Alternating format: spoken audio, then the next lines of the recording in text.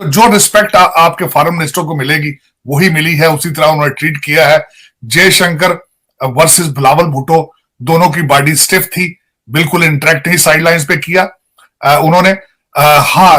गुजरते हुए कहीं मुलाकात हुई बिलावल भुट्टो साहब की सेर्गी से, जो रशियन फॉरेन मिनिस्टर हैं।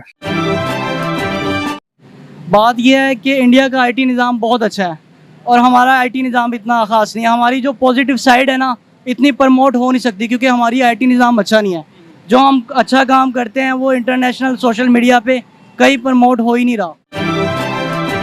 हमें अमेरिका के पैसों की जरूरत है। यार आप कैसे इंसान है आप, अगर आपको पता ही नहीं है कि पाकिस्तान के हालात क्या चल रहे हैं। और आर्मी चीफ को क्रिटिसाइज किया कि आर्मी चीफ का कॉल करना बनता नहीं था।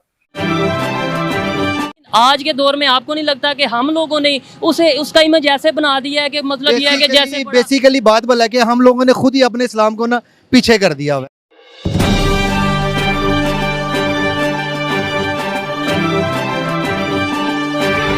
शंघाई सहयोग संगठन में पाकिस्तान को लगा बड़ा झटका।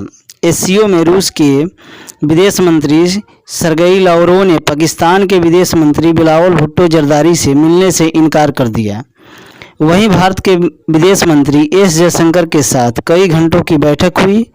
इसी घटना से पूरे पाकिस्तान के अवाम और पाकिस्तानी मीडिया में चर्चा का विषय बना हुआ है। सर, पाकिस्तान के आर्मी चीफ ने डायरेक्टली यूएस से मदद मांग ली है। यूएस की गवर्नमेंट को ये कहा है कि वो आईएमएफ को बोलें कि वो जल्द अज जल्द पाकिस्तान को फंड रिलीज करे ताकि हम मुआशी बहरान से निकल सकें। जबकि पाकिस्तान के ex prime minister Imran Khan साहब ने कहा है कि ये आर्मी चीफ का काम नहीं है। As a public, as a Pakistani, आप क्या कहेंगे, आप किस पर क्या राय है? तो चूंकि इकॉनमी ठीक नहीं चल रही, मुल्क का सत्यानाश हो गया, बुरे हालात हैं, तो इसलिए ये स्टेप लेना पड़ा। पता नहीं आगे इससे कोई बड़ा स्टेप लेना पड़े। हमें अमेरिका के पैसों की जरूरत है।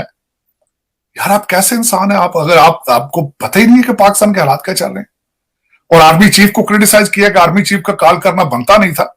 तो जब आपका दौर था तो भाई उस वक्त चाइना और सऊदी अरेबिया की मिन्नतें भी तो आर्मी चीफ ही करते थे। आपके कौन सा आप खुद डील करते थे? आप तो किसी से बात करते ही नहीं है। आप तो समझते हैं you are larger than Pakistan, you are just an equal to. जिस तरह वो कहते थे मुझे जो बाइडेन बात करे तो करूंगा, किसी दूसरे से बात नहीं करूंगा। तो आपके तो स्टैंडर्ड ये है। ये सियासत में इस तरह नहीं होता मेरी नजर में। जमहूरियत और सियासत जो है वो कुछ देने की, लेने की और मुल्की मुफाद में फैसले करने का नाम है। ये अपनी अना को छोड़ के आना पड़ता है। ये अपनी अगर अना रखनी हो तो फिर आपको कोई और कारोबार करना चाहिए। और कारोबार में बल्कि लेन देन होती है, लेन देन का नाम कारोबार है। आपको चाहिए था आप कोई किसी ऐसे डिपार्टमेंट में चले जाते जहां लोग डील ना करने पड़ते। जब आप लोगों से डील करें तो ये तो फिर आपको एडजस्टमेंट तो करनी पड़ती है। लेकिन अनफॉर्चुनेटली हमारे इस वक्त मजहबी पार्टी के जो पेशवा है वो तो कहते हैं मैं किसी से बात ही नहीं करूंगा, मैं तो सिर्फ फरिश्तों से बात करूंगा। वो कहते हैं ना कब्र में सवाल होगा भी, मैं तो उसका जवाब दूंगा। तो जो रिस्पेक्ट आपके फॉरेन मिनिस्टर को मिलेगी वही मिली है, उसी तरह उन्होंने ट्रीट किया है। जयशंकर वर्सेस बिलावल भुट्टो, दोनों की बॉडी स्टिफ थी, बिल्कुल इंटरेक्ट नहीं साइड लाइंस पे किया उन्होंने। गुजरते हुए कहीं मुलाकात हुई बिलावल भुट्टो साहब की सेर्गी से, जो रशियन फॉरेन मिनिस्टर हैं। लेकिन इससे ज्यादा आगे बात नहीं हुई। मेरे ख्याल में यह दौरा ठीक नहीं रहा पाकिस्तान के लिए। लेकिन जो पाकिस्तान के इंटरनल गिवन सर्कमस्टांसेस है, मेरे ख्याल में तो दौरा जाना ही कोई किसी फॉरेन सर्विस के किसी बंदे को भेज देना चाहिए था। बिलावल भुट्टो साहब को जाके इतना बड़ा अंतराज लेके कौमी खजाने पे मजीद बोझ बढ़ाने की जरूरत नहीं, क्योंकि अनसर्टनिटी इतनी है पाकिस्तान के अंदर कि जिस तरह मैं शुरू से कहता हूं कि घंटों के सिलसिले पे चल रहा है। ब्यूरोक्रेसी डरा दी गई है। परवेज लाई साहब ने जाते ही जो धमाके किए लाहौर में, उन्होंने पुलिस वालों के तबादले किए जिन्होंने एमपी एमएनएस पे छापे मारे थे। उसके बाद तो इस वक्त बिल्कुल मेरी नजर में किसी की भी कोई हुकूमत नहीं है। शहबाज शरीफ साहब को कहते हैं कि सिर्फ इस्लामाबाद के अंदर है, तो इस्लामाबाद के अंदर भी लोग अगर डर के सहम के बैठे होंगे। इस्लामाबाद में क्या है, सारे सरकारी अफसरान है। तो वो सरकारी अफसरान अगर डर के खौफ के वजह से बैठे हों और वो शहबाज शरीफ साहब की कमांड ना ले रहे हो तो मेरी हुकूमत किसकी है? किसी की नहीं। आपको चाइना और भारत के रिलेशनशिप से देखना चाहिए। ये लद्दाख में आई टू आई खड़े हैं। एलओसी को एक्सेप्ट नहीं करता भारत, चाइना के साथ है, लेकिन साथ ऑलमोस्ट $70 बिलियन पर ईयर की ट्रेड भी हो रहा है। आपको इन चीजों के साथ आपको लार्जर देन थिंग्स होकर सोचना पड़ता है। लेकिन जब आप पर्सनल देखें भारत के साथ, वो शहबाज शरीफ से बात नहीं करते, भारत से क्या बात करेंगे? भारत से तो बात करने के लिए आपको फॉरेन पॉलिसी की जरूरत है, आपको डिप्लोमेसी की जरूरत है, आपको एक लीडरशिप की जरूरत है, आपको एक विजन की जरूरत है। लेकिन जब आप इन चीजों से मुबर्रा हो, आप समझते हो नहीं मुझे तो प्लेट में रख सामने लोग भारत मेरी मिन्नतें करे तो मैं बात करूंगा। अगर आई विश कि वो उनको भी भारत को भी एजेंसियां जाके मिला कर ले आए आपके सामने टेबल पे, तो शायद इमरान खान साहब बात कर लें। लेकिन this is not what happens. मैं यही कहता हूं कि 4 साल में, इंक्लूडिंग 20 साल जो उन्होंने बात जो कहते हैं मैं सियासत करता रहा हूं सफर में, लेकिन खान साहब ने यह नहीं सीखा कि this is not how the world works. आपने you have to come to the middle ground. बल्कि घर के अंदर आपको बीवी के साथ अपने रिलेशनशिप, अपने बच्चों के साथ, अपने दोस्तों के साथ उनकी खामियां एक्सेप्ट करनी पड़ती है। लेकिन ये किस किस्म का इंसान है जो कहता है कि मैं ना शहबाज शरीफ से बात करूंगा ना उससे बात करूंगा। वो भारत से बात किस तरह करेगा भाई? उसने तो ओपन कह दिया कि मोदी साहब जाएंगे तो मैं बात करूंगा। मोदी साहब उससे जाए ना, लेकिन अगर मोदी साहब भी चलेंगे उनकी आइडियोलॉजी तो नहीं जाएगी ना भाई।